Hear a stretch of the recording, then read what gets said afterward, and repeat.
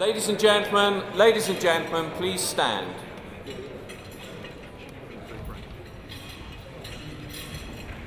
Pray silence for the Honourable Sir Rocco Forte, who will propose the loyal toast.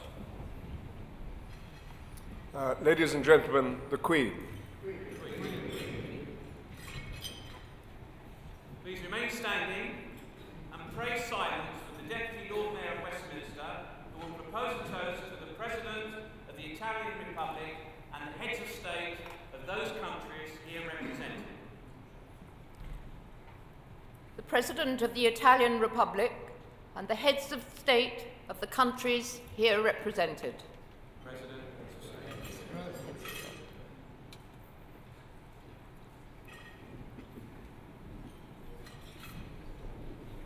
Ladies and gentlemen, please be seated.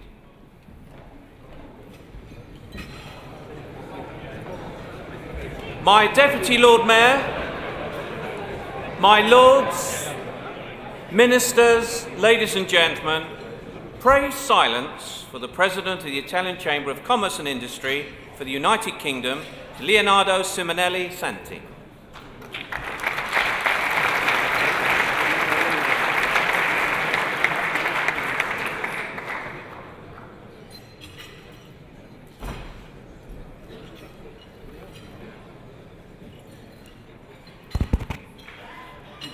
Your Excellency, my Lord, the guests of honor, other prominent guests, ladies and gentlemen. I am delighted to address you at this luncheon, which concludes the 34th annual conference organized by the Italian Chamber of Commerce. It is extremely pleasing to see the interest shown year after year in this initiative. I think that all we recognize the importance and especially the need in this difficult time to find the willingness to invest all possible resources in a better future with balanced, healthy economic and social growth throughout the world. Fortunately, aside from the description of the problem we are facing and what has provoked them, we also have encouraging views about how to go forward, using in an appropriate manner all the opportunities offered by research and innovation. I would like, therefore, to congratulate again the recipient of the Keynes Draft Award for their role in increasing technological cooperation between Italy and UK. Let me also once again thank the two chairmen, Bob Leonardi and Tony Barba, and the member of the panel, Rudy Bogni, Dame Judith Mate-Jones, Professor Francesco Profumo, Stephen Radley, Luisa Todini, and the Right Honourable David Willets.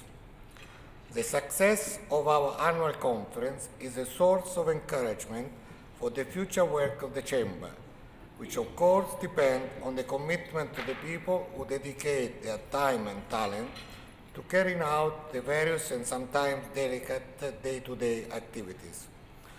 Let me therefore congratulate all the Chamber staff for their hard work, Sidney Ross, the conference organizer, and most of all, the Secretary General, Ellen Giugetti.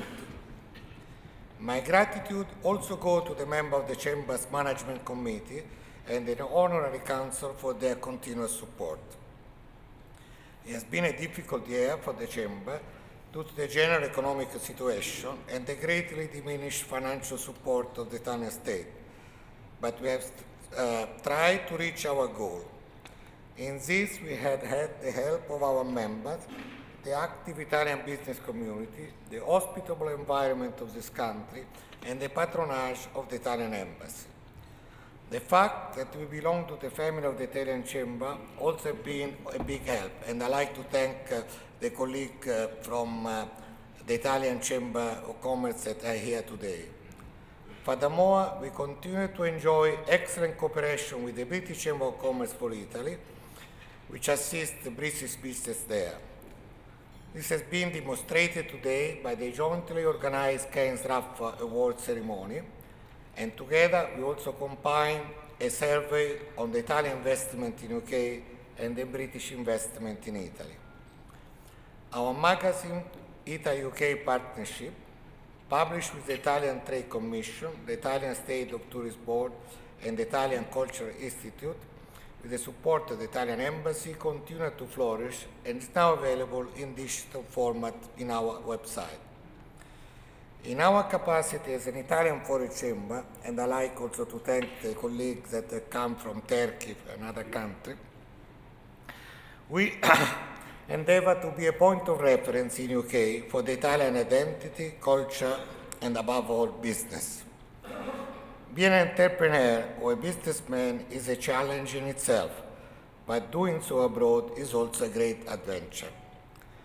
Our aim is to serve our country of origin and the country which has hosted us for over 128 years, and help those countries to achieve a closer and more effective integration in a global economy. Finally, I'm very pleased to present our guest of honor, Sergio Marchionne.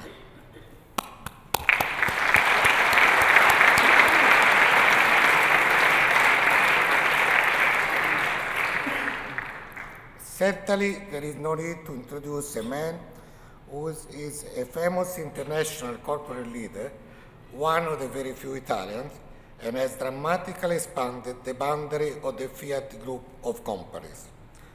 I'm only glad and very grateful that he has found the time to be with us today. He has also agreed to answer a few questions from the floor. And knowing how well he knows the US, I've asked him if he could predict in this election year who is going to be the next American president. 4 years ago, Sir David Walker, chairman of Morgan Stanley, and yet 8 years ago, Dr. Vincent Cable, the then Shadow Chancellor and currently Business Secretary, guessed correctly, so I'm sure will Dr. Marchionne.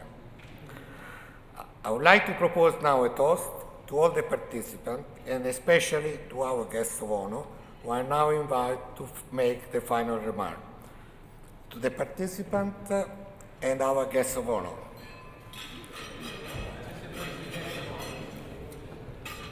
Thank you.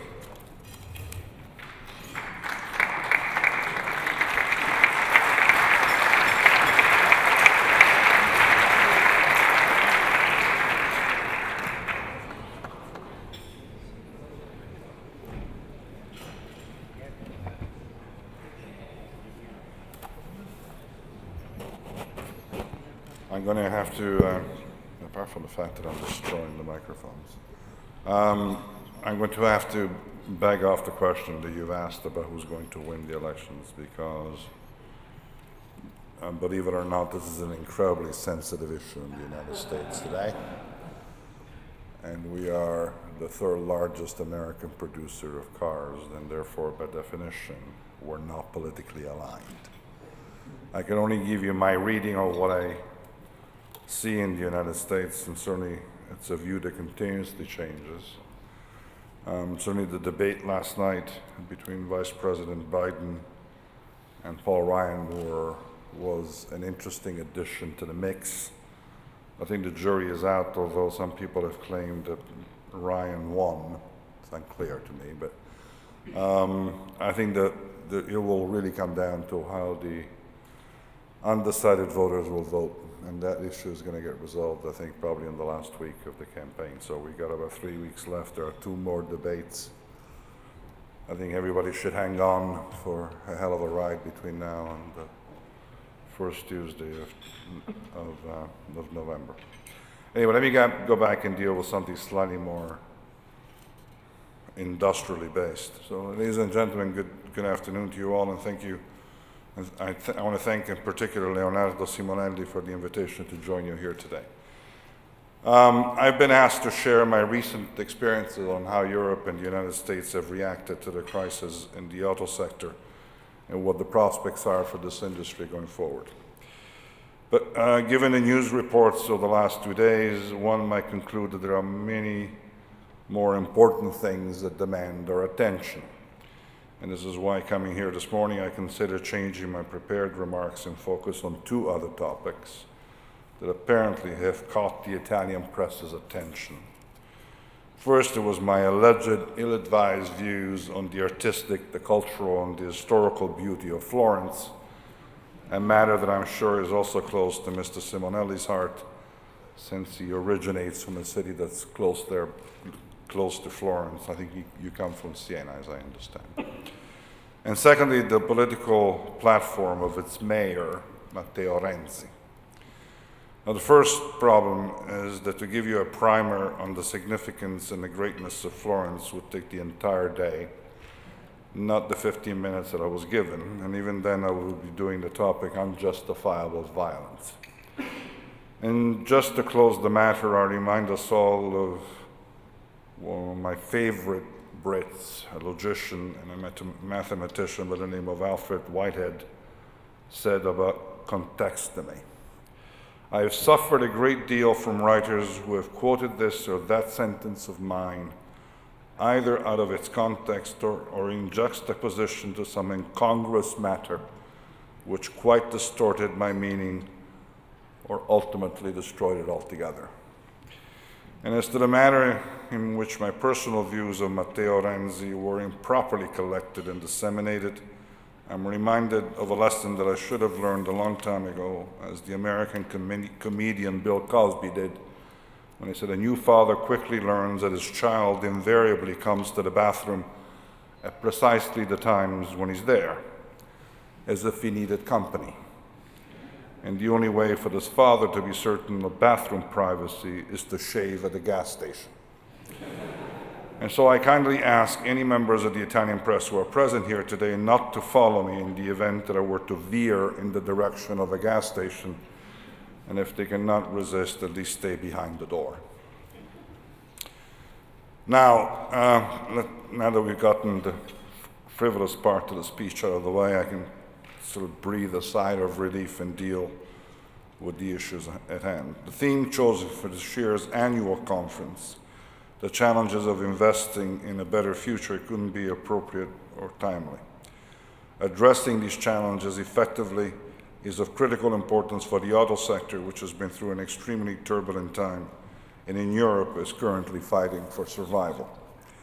Now, making comparisons can be an unpleasant exercise when you come off looking worse as a result. But today, I think it is an incredibly valuable exercise because despite presenting us with some uncomfortable realities, it also offers us some hope that solutions do exist and our problems can be overcome. They say that humans can live 40 days without food, 4 days without water, and 4 minutes without air, but that none of us can live even 4 seconds without hope. And so it is hope that I want to speak to you about, and to do this we first need to look at what has happened in the global auto sector over the past few years. Perhaps more than any other sector, recent events have caused changes which are of historic proportions. Changes with major strategic consequences for automakers, be they large or small, are happening around the world, and changes that have forced them to rethink plans, targets, and tactics in order to just survive. Now, the current adversities began when the US financial crisis started in 2008. And practically overnight, the fundamental assumptions that our plans have been based on were swept away and markets were turned completely on their heads. As Leo Tolstoy wrote in the beginning lines of Anna Karenina, every happy family is alike, but every unhappy family is unhappy in their own way. And so that's how it was in the auto sector. We were all experiencing different degrees of unhappiness, and we were all suffering our own version of hell. In 2005, General Motors was the largest automotive group in the world. A group that could afford to pay $2 billion not to buy Fiat's automobile business. In 2008, it celebrated its first 100 years, and Fiat took out a full-page ad in Automotive News to congratulate GM. And Chrysler, at that time, was a few years short of its own centenary celebration, but it was also one of the well-wishers. And less than 12 months later, both General Motors and Chrysler filed for bankruptcy. Now, this is just one example how sudden and devastating the change in fortunes was. It would have been very convenient for automakers to blame the collapse in demand or the speculators behind the chaos that swept through the financial markets, or the increasing interdependence in the global economy that enabled the contagion to spread so quickly. And the truth, however, is that the crisis was not the cause of our problems then, and it's not the cause of our problems now. It simply laid bare the mammoth structural defects that our industry had been dragging along behind it for decades, and most significant of those being a significant production overcapacity. Worldwide capacity today stands at around 95 million vehicles a year, which is at least 20 million more than the market can realistically digest. And although the problem had been ignored for years because of either an inability or lack of courage to address it, the crisis pushed the situation well beyond the manageable threshold into critical territory, both in North America and in Europe. And in America, under the leadership of President Obama, they undertook a courageous restructuring of the industry. The necessary steps were taken to ensure that what emerged from bankruptcy of two major U.S. automakers will provide a solid foundation for a new phase of growth and of development. And as a result of the alliance with Chrysler, Fiat has had the privilege of being involved in the rebuilding process. We witnessed firsthand how companies, banks, governments, and trade unions all work together with a remarkable sense of commitment to overcome the structural impediments that existed and reestablish the auto industry on a much more solid footing. We saw the extraordinary determination and profound sense of responsibility exhibited by the government, by everyone else that was involved. Everyone made the sacrifices necessary to achieve a result that was ultimately to benefit everyone. Unfortunately, the exact opposite happened here in Europe. At a time when coordinated action was needed at European Union level, everyone did their own thing, with several member states even giving direct aid to domestic automakers. We saw billions being made available to our competitors in the form of credit lines, of government guarantees, of research grant, investment incentives, subsidized funding for the consumer finance arms, and so on.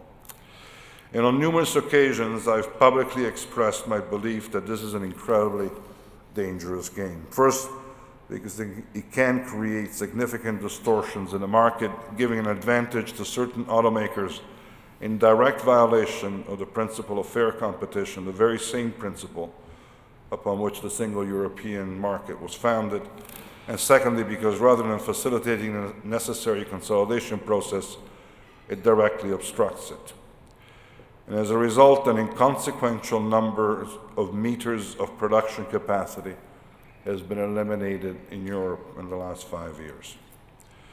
Maybe everyone thought that it could temporarily patch over the cracks until the market returned to normal pre-crisis level, which most experts at that time projected would be around 2014.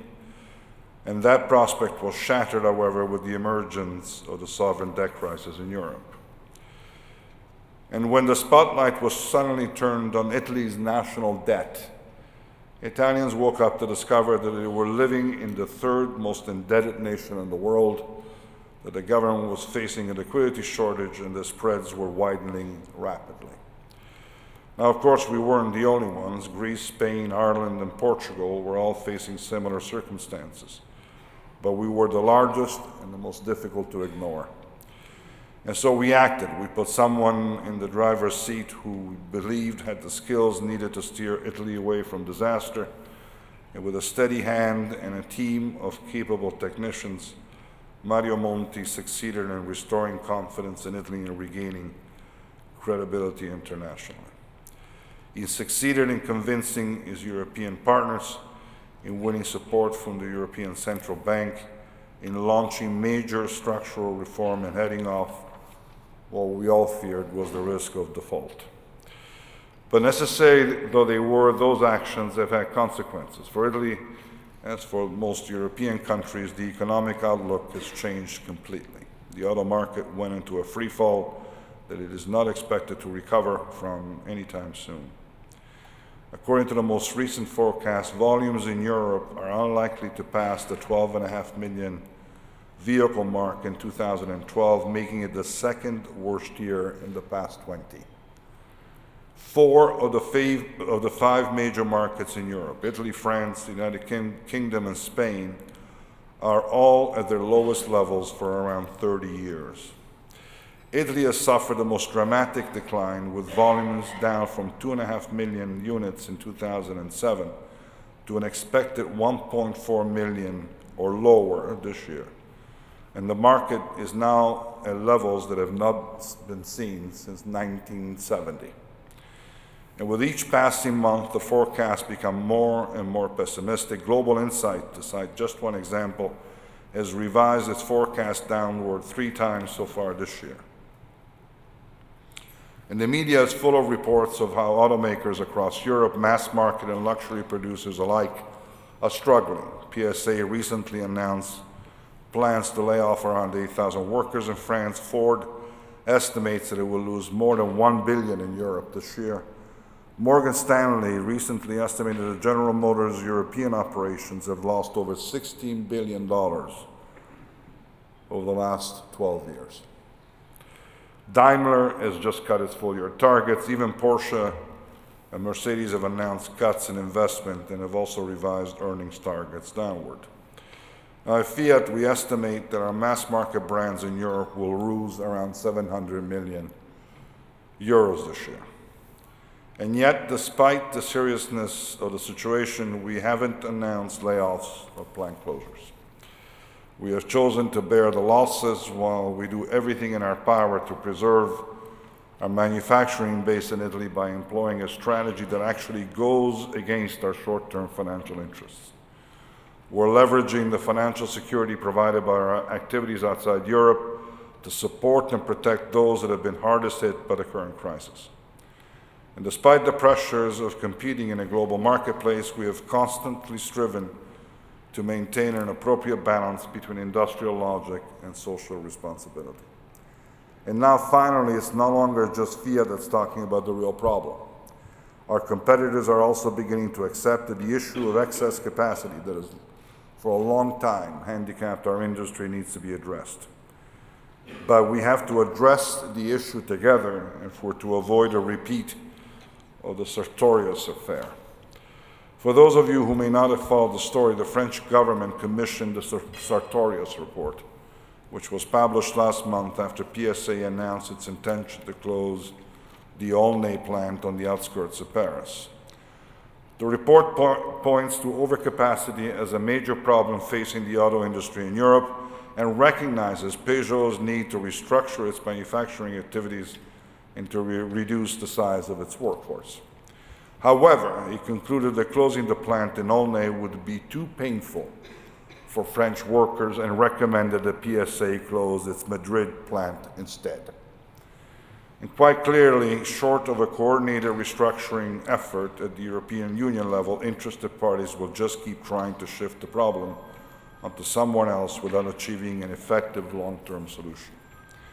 Any unilateral action that results in the pain of restructuring being unfairly distributed across member states will damage the entire sector and possibly irreparably.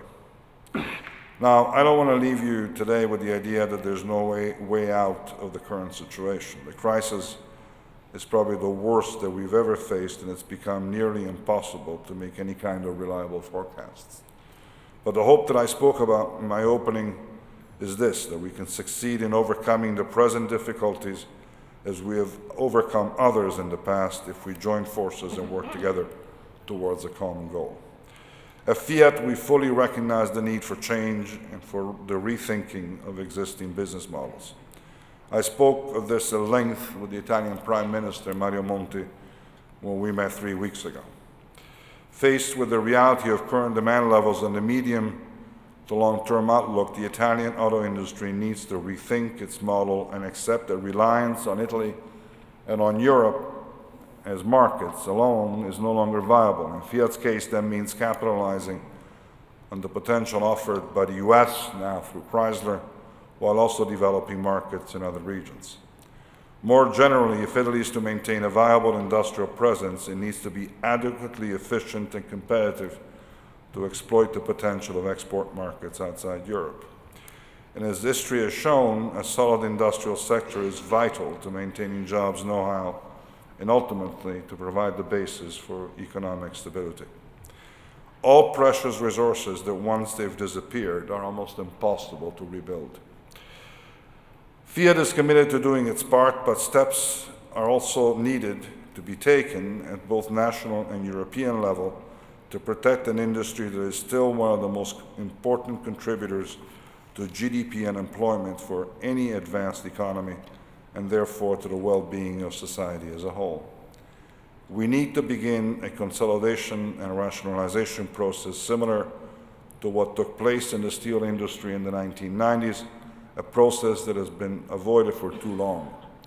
The European Commission needs to ensure equal conditions for all automakers and quash attempts by any individual member state to create more favorable conditions for the national players to the detriment of others.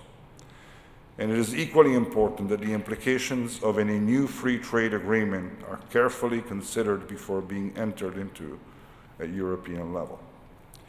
We need to be sure that such agreements offer tangible benefits to the European industry, protecting and nurturing it rather than effectively opening it up to broadside attacks from the Japanese, South Koreans, or other competitors. We are now at a historic crossroad. The choices that we make now will have major consequences for the future. Will we embrace a culture of competition that brings us in step with the rest of the world, or are we going to choose to leave things as they are, secure in our illusion that sooner or later they will resolve themselves? Are we going to embrace new challenges, or are we going to cling on to the status quo that will inevitably lead to an irreversible industrial decline? We are already too many years behind in terms of productivity, of competitiveness, and the providing of welfare for our citizens. For Europe and for all of us, the moment to prove ourselves is here. We need courage and we need clarity of purpose. We need to accept that the road will be hard and long, but ultimately not impossible. Often, it is when we face adversity that we demonstrate the best of who and what we are, but the current crisis is more than just a trial to be overcome. It also offers all of us an enormous opportunity. An opportunity to demonstrate that there's more to this union than just being a label on a map, an opportunity to show the energy and abilities Europe can muster, and that goals can effectively be accomplished. With the vision of a better future comes the responsibility for all of us to construct it. We need to take action now to begin preparing for the future. That now is the time for us as Europeans to show what we're made of, to demonstrate that we're worthy of our history and deserving of the future. Thank you again.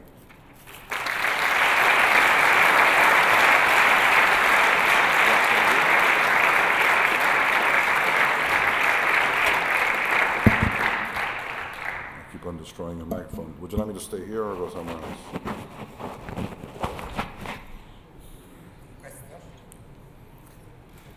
Any question? I'll sell cars. No question. Here's a question. I think if you come, because I don't know if there is the. No, I can hear you. I'll repeat your question. Okay. It's okay. Difficult, eh? Nice. Allora, being here, Mr. Marchionne, I remember once I was in Milano and going to a restaurant in Savini to the first floor. I went with, I passed with the elevator with Cardinale Tonini. And I said I saw him a lot of time, but on television. And when I saw him, I said, Cardinale Tonini, I'm very glad to see you in carne e ossa. And lui here said to me, a lot of ossa e short in meat. Lei è molto in forma, complimenti.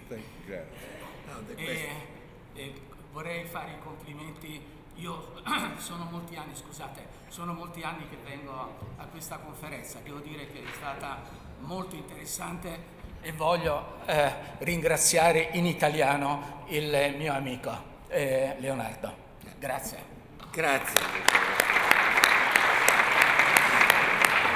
I think that you know the conference is a success mainly for the speaker and the audience. You know, we are just trying to put the thing together, and we hope that we'll be able to continue so because to do so. But I think that you know, Noor, go ahead, speak loudly, yeah. Oh no, too loud. Come here. I'll repeat the question. Come here, Noor. We're going to make it a party up here. Look, there is a big stage. Thank you, Mr. Marchionne, and thank you, Leonardo, for organizing everything. The question revolves around innovation, and obviously the car industry is involved in this innovation process, not only driven by the innovation in technology related to the car, but also the innovation related to how people use the car. And how much do you think the future of mobility in terms of car sharing, in terms of other models that will entail non-ownership may impact your business in the future? That's a wonderful question. I'm not sure I like the answer that I'm going to give you, but look, there's no doubt that this is a process that's the business model that will govern transportation going forward is going to drastically change. If you're correct, and I think that there is at least a portion of the buying population that will fall into the category of non-buyers and users of a pool of vehicles. But if your argument is correct, it only makes my problem much worse, because that is going to have certainly a negative impact on absolute volumes being sold across Europe and probably internationally, and therefore will reduce volumes and therefore increase the need to restructure the business even further. I think the industry is ready to deal with that issue. I can tell you right now, having spent as much time as I do in the United States, that it's highly unlikely that the US will move in that direction, because of the distances covered in the United States still make the car the most preferred route, the most preferred instrument or tool to be used in transporting people. So I doubt it very much that we'll lose it. The bigger question to me is, in conjunction with the matters that you've raised, is in what way will technology and the rest of the environment start interfacing with the vehicle to try and provide a different driving experience to the user. And we've been advocating now for a long period of time, and I had a chance to speak to Rudy Boni about this, about what smart cities look like and what technology that drives the infrastructure will look like going forward. He's involved in a think tank up in Trento that's playing with this, as I understand it. But we are actively involved, and we have been pushing now the Commission through ASEA to engage in a very open discussion with the people that provide infrastructure. It's not just the guy who makes the car who ultimately is responsible for the levels of congestion and for the level of emissions, because cars that move freely and are not stuck in traffic jams emit a lot less CO2 than ones that are clogged up. And so the question about traffic control and the way in which we design roads and the infrastructure around our large cities and even intercity movement is a big issue, and it needs to be tabled at European level, because if we leave it to the member states, we'll end up creating, again, fundamental disparities in application. But I'll give you an example where I think that if you start chasing your own tail on some of these businesses, you end up destroying a huge amount of value and creating the illusion that there are available technologies in the marketplace that will cure all the world's ills. A lot has been written, and I think a lot of it was written even when Bill Emmett was the economist, so you cannot claim ignorance of this, that the electric vehicle was going to provide a solution to a lot of the European problems. I hate to break anybody's heart here, but in the last 6 months, across Europe, out of the 6 million plus cars that were sold, only 6,000 of them were electric. And the problem that you have with electrics, and I would invite anybody who's interested in this to read a recently published study by a Norwegian think tank that effectively carried out a very thorough assessment on a carbon basis as to whether electric cars in Europe really are carbon neutral or carbon damaging. And the study clearly resolves in favor of non-electric cars as being the solution for us going forward, because they are not carbon neutral, they're carbon negative. And this even includes the fact that France as a country has a large installed nuclear power base, which effectively circumvents the carbon problem. Now, after the tsunamis that we've witnessed in Japan, the likelihood of nuclear power becoming a viable alternative for Europe has diminished substantially. So in the absence of a replacement of clean energy, I doubt it very much that we'll ever be able to resolve or find a way in which we can produce electric power in a way in which does not negate the carbon benefits associated with driving electric cars.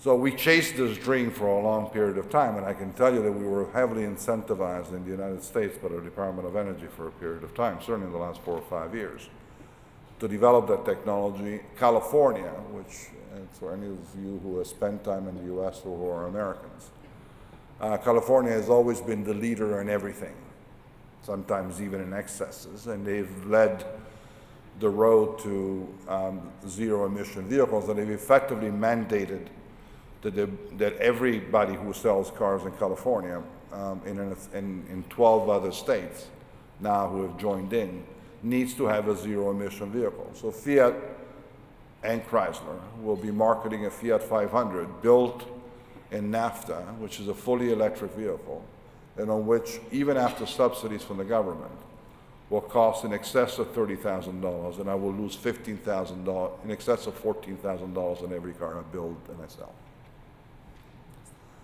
So it's an incredibly expensive hobby to have. If I ran the rest of the business on that basis, you'd have to buy me lunch for the rest of your life, because I'll be bust within a week. So I think that we got to be very careful that we don't fall in love with notions of what the world will be, and that we forget that we need to make payroll by Tuesday. And payroll Tuesday is important. You got to make payroll Tuesday. You got to make it the week after, and you got to make it 6 months from now. The way in which we pace ourselves and transition to that goal, to the objective that you've raised, is creating a more intelligent environment within which to drive vehicles, is undoubtedly doable. The best way to do this is to allow the car business, the car industry as a whole, and independently of each other, work on all the possible solutions that are aimed at providing that end result, and not prescribe the solution. The minute that you step in and you say the solution going forward is going to be electric cars, you have biased investment, you've biased capital allocation, and you're bound to destroy value. We have seen this in the United States now, after that choice has been made, that lo and behold, we discovered the shale deposits of natural gas in the United States. And lo and behold, the United States now has 100 years worth of supply of internally generated carbon-based fuels to drive all of its fleet at a much reduced level of NOx and CO2s, and effectively totally zero out its dependence on foreign oil, without going to batteries, without putting in technologies that are unaffordable in the marketplace. So you need to be very careful that you don't make deterministic choices that are not thought through and that do not effectively value or encompass the possibility of serendipity coming in and giving you the solution that you were not expecting. Let industry do its job. Create the normative framework for where you want to drive the bus 10 years from now, and get out of the way. And that's the best way in which I think Europe can help, but it needs to stop putting roadblocks and impediments every time industry is trying to do something. And to go back to our own home topic, which is Italy, the advice that I gave the Prime Minister and to some of his ministers when I met him 3 weeks ago was to try and help business create the ideal conditions for Italy to finally join in the competitive battlefield. We need to join. I cannot stay on the outside, and I cannot believe that by being at home and doing all the stupid things that we're being asked to do, that we're going to come out of this without getting killed. Right? My obligation is to preserve the house. Yes, I'm Italian. Yes, I think it's a wonderful thing to be Italian. But you need to be realistic in that process. And if you lie to your people, and if you lie to Italians about what the solution is, you're ultimately going to pay a big price. The €2 trillion debt that Italy carries didn't happen between 2011 and 2012. I hate to tell you, but it's an accumulation. It's an accumulation of poorly executed industrial and economic and financial choices made in the past. It's that simple.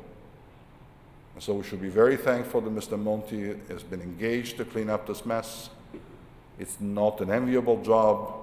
I sincerely hope from the bottom of my heart that he continues steady at his job forever, because the process is a long and very, very intense process of restoring credibility. It's not easy. And for anybody who's looking for a quick fix, I think they're going to be hugely disappointed. I don't know of any. So I think we need to work alongside him, and I think we need to help him and accomplish that objective. But he needs time, and he needs a much longer runway without obstacles being thrown across. That started with a question about, it was a sort of a fair.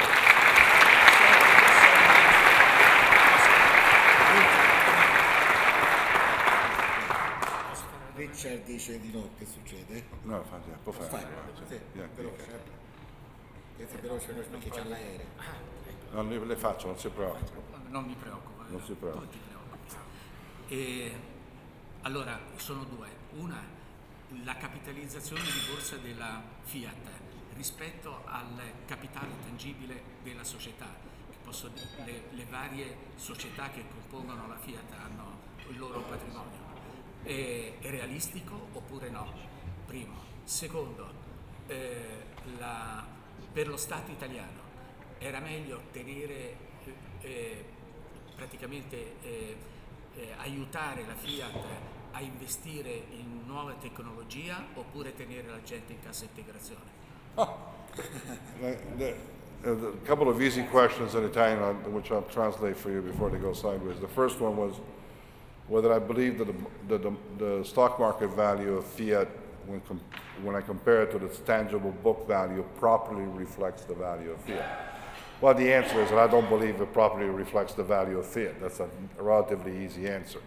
If you look at the value of Fiat today, forget about Fiat Industrial, which used to be part of the house up to the end of 2010, just the value of Ferrari is in excess of the current market cap of Fiat. So, I mean, we can put that issue aside. I know what the value and the transactional value is of Ferrari. It's well beyond. And that ignores the valuation of Chrysler, it ignores a variety of other things that sit within Fiat. So we have been tarred and sort of feathered as part of this, negative sentiment against Europe, negative sentiment against the car business, which I fully understand. I think we have a lot to prove to the markets about the fact that we are respectable human beings, that we're not repeating alcoholics. After you've hit the sauce a couple of times, people look at you funny. So I understand the fact that they're trying to make sure that we're not reaching into the drawer and going for one more gulp of alcohol before we sit down at the desk and start making investment decisions.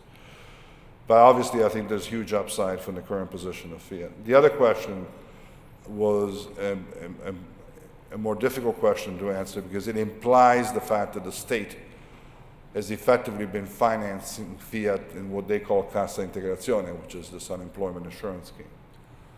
I've spoken about this at length, and it's amazing how, and I say this with all due respect in terms of the choice of language, it is amazing how much ignorance sits out there about how that scheme truly works.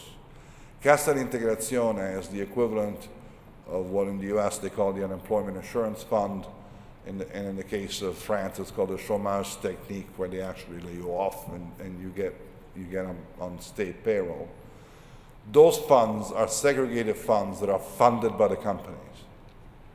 And if I look at the amount of funding that Fiat has put into that fund over the last 15 years, as of now, we're net creditors of the fund. We still have put in more money into the fund than we've used. So the political language that is used to describe how we approach Cassa Integrazione is indicative of the mood that exists between the social parties, and in some cases the politicians, and the companies. Because there's an implicit assumption. If I go ask the average Italian about who pays Cassa Integrazione, they'll tell you it's the state. And there's nothing more wrong than that. There is a concept of Cassa Integrazione in deroga, which is a side scheme that is put in place to deal with terminations and restructurings. But the unemployment insurance, which is what we're using today to keep our people, to keep some level of welfare with our people, is being fully funded by Fiat. On a net basis, we're still net creditors with the state. And so, if the answer to the question that you'd asked me, is it better to have used the funds that we paid into the state to the research, to apply to research and development to develop new technologies? The answer is no. Because Fiat today, notwithstanding what you hear in terms of the gibberish from some of the leftist trade unions and others, is as current on technology as it needs to be. I remind everyone in the audience and anybody else who's listening that for 5 years running, Fiat has had the first place in the rankings by JATO on CO2 emissions in Europe. We have invested over 2 billion euros in just making sure that our engines are the most efficient available engines in the European market. I find it bizarre that anybody would question the lack of capabilities inside the house. We spend over $8 billion in total across the Americas and Europe in developing technologies and developing cars. I have no idea where this garbage came from. But it tells you one thing about the fact that if you repeat a lie long enough and a sufficiently large number of times, it will ultimately prevail as the truth. And so when I stand here, I almost sound like a lone voice trying to defend Fiat. The problem is there are a lot of people that are yelling on the outside because they don't like what I tell them. The reality is reality. All right? Fiat is as current as it needs to be. And Fiat will not do something irrational and invest in a marketplace which is in a downward spiral. It cannot put more money on the table. I'll give you a classic example, and I've talked about this publicly. Peugeot Citroën, which is a reputable, good automotive firm, invested in producing the new Peugeot 208. It spent over €1 billion developing the car. It was launched in the first quarter of this year. The market price of that car today is lower than the price of its predecessor. And it's €1 billion later. And that's money that from a capital allocation standpoint will never, ever be recovered. And so to go back to the question about whether you think I'm worth more against tangible book, I do 2 of those and my answer will be different. Because we will be risking capital without any type of indication that we will be, at least on a risk-adjusted basis, be able to recover capital. You can't do this. These are big bets. When you spend €1 billion, it's money that's gone. It has no other application but to do what it was spent for. So if I decide to make a new punto, don't ask me to make pretzels out of it. It's a punto. And either I sell puntos or I'm toast.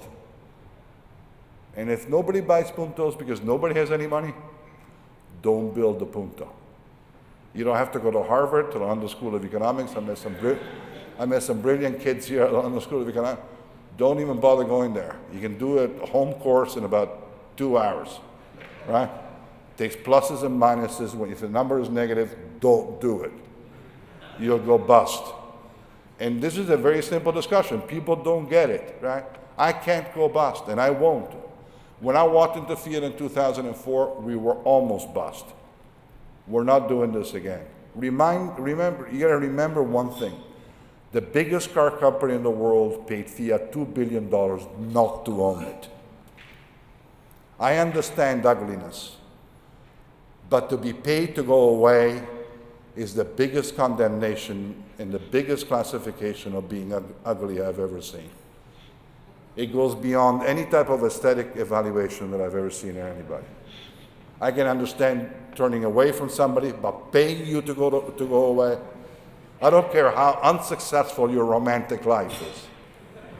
If anybody pays you not to bother them, you got a much bigger problem. And I've never seen that happen to anybody. I sincerely hope it doesn't start happening to me, but but it's bizarre, right?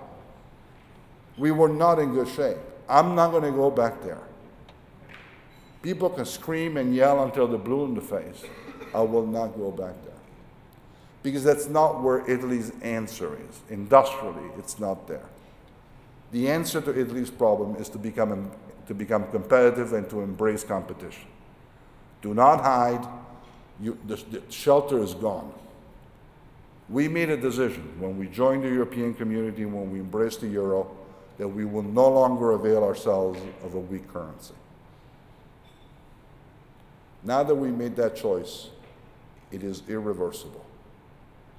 Stop drinking, get off the bandwagon, and let's all go straight. No drunks allowed on the wagon.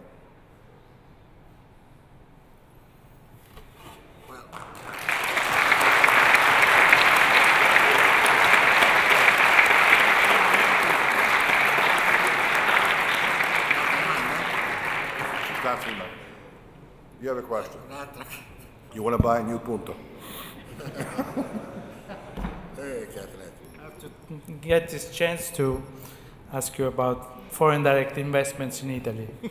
They are the lowest level ever.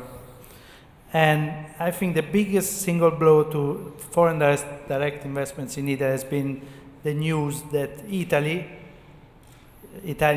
private biggest employer, didn't manage to get 6 people out of their plant after they sabotaged the plant during a strike because they were integrated after 6 years. I think this is the biggest single blow to foreign direct investments. Since you are very blunt, and I appreciate, because reality is always something we cannot shy away from. Can you agree on this? And second question, a little bit lighter. Do you foresee any difference in the industrial future of your company from the US presidential election should Romney or Obama win? Because I can see that you cannot take part, but you can judge based on your standpoint what would be the consequences, different consequences. Thank you. Well, yeah, I like this. I'm not going to take any more questions, especially about the US. I'm going to get myself into trouble, so I won't. Because I get a phone call from either from the White House or from the guy who wants to occupy the White House by keeping my mouth shut. So let me answer the first one. There's not a single doubt that, and by the way, this is a lot of us, some of us spend a lot of time with other executives across the world.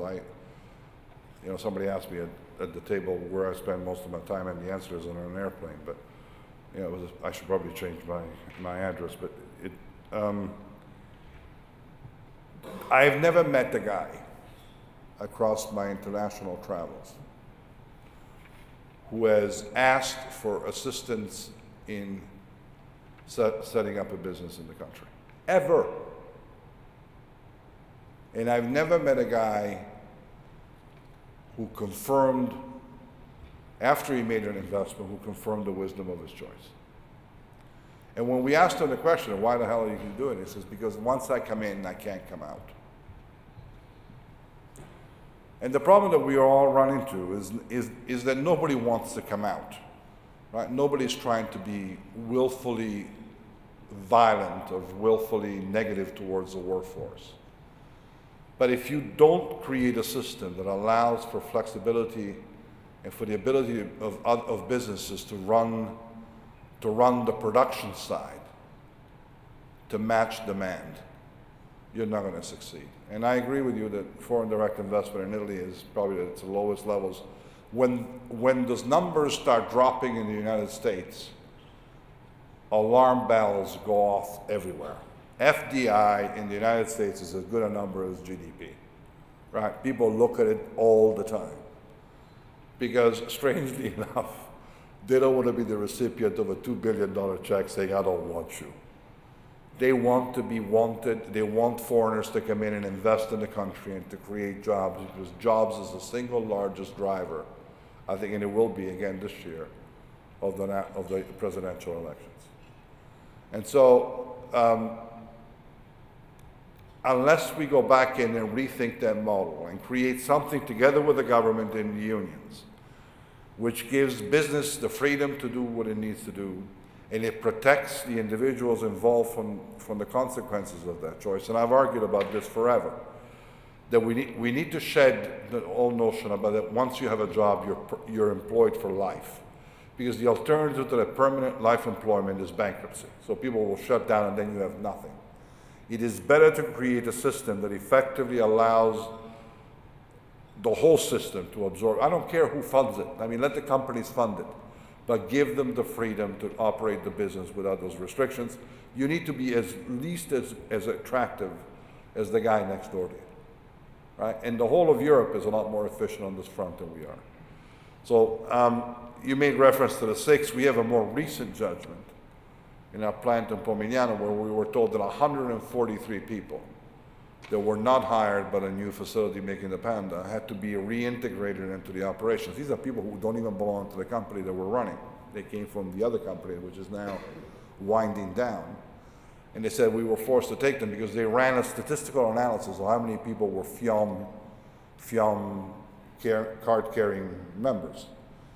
And it was a statistical analysis, and the argument was that the principles of discrimination under the European directive effectively forced us to follow the hiring practice. That is the most bizarre interpretation of the directive that I've ever seen in my life. That it was not what was intended by the directive. I mean, this thing will be litigated until the cows come home. But it's that kind of answer that we're getting back from a judicial system which has been designed historically to be very protective of the workforce. It's putting business in an impossible position to make the investment decisions and to keep them. So we're aware of this. We're working with the parties, with the unions and with the government to try and improve those conditions, because there's a point in time in which Monti's credibility, his ability to get the rest of Europe to support him in this process of transition, that credibility will wane. He'll burn it until he delivers something. And I think we are in a transition stage. I think it's up to all of us around Monti, running industries, running business, to support him in that transition to make us credible. If we don't take this opportunity, I have severe doubts about what happens in a post-Monti era. It's very, very, very, very tough to read. So, on that positive note, do I think that there will be a difference? I think the bottom line is, you understand this, President Obama is the guy who gave me a check of $7 billion together with the Canadians to go out there and fix Chrysler. So don't ask me to choose anything in connection with US elections. I think they both understand the importance of the car business, and I think both President Obama and Governor Romney will do the right thing going forward. And I'll leave it at that, and thank you very much.